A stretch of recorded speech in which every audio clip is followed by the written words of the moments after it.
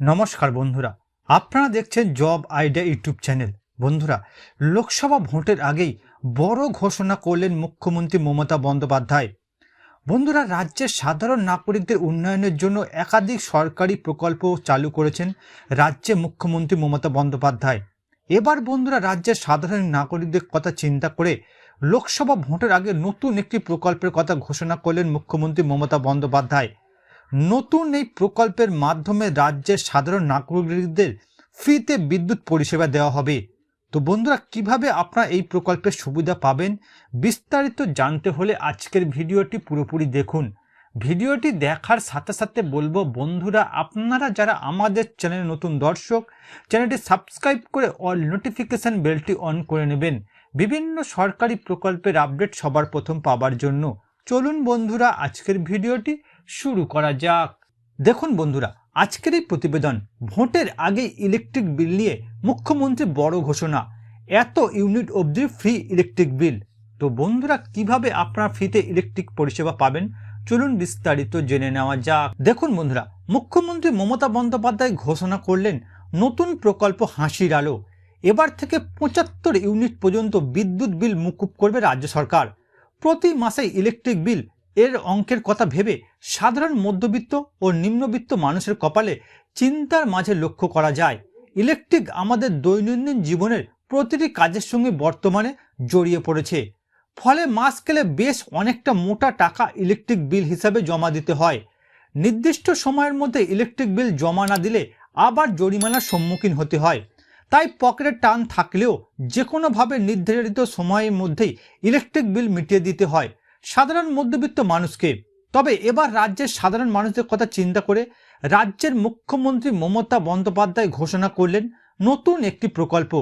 সামনেই আসছে লোকসভা নির্বাচন, আর এই নির্বাচনের আগেই সাধারণ মানুষের মন থেকে ইলেকট্রিক বিল সংক্রান্ত চিন্তাগুলিকে দূর করতে মুখ্যমন্ত্রী মমতা বন্দ্যোপাধ্যায় ইলেকট্রিক বিল সম্পর্কিত এই প্রকল্পকে এগিয়ে নিয়ে যেতে উদ্যোগী হয়েছেন।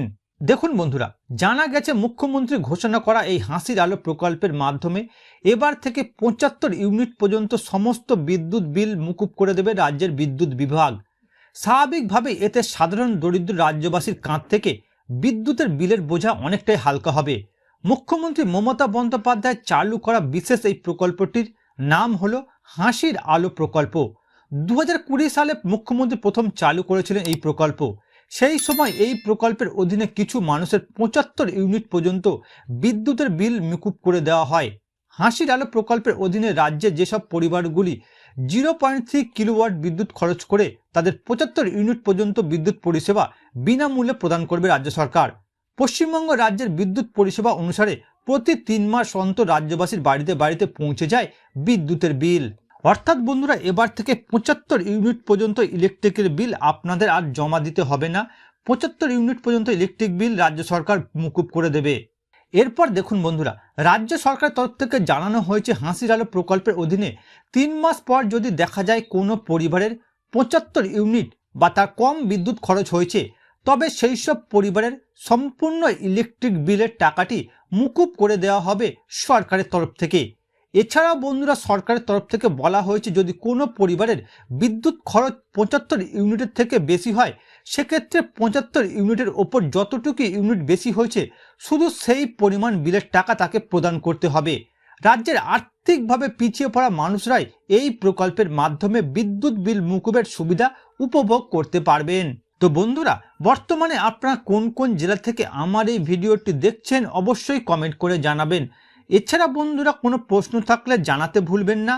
আর বন্ধুরা, আজকের ভিডিওটি ভালো লাগলে একটি লাইক দেবেন ও ভিডিওটিকে বেশি বেশি করে শেয়ার করবেন।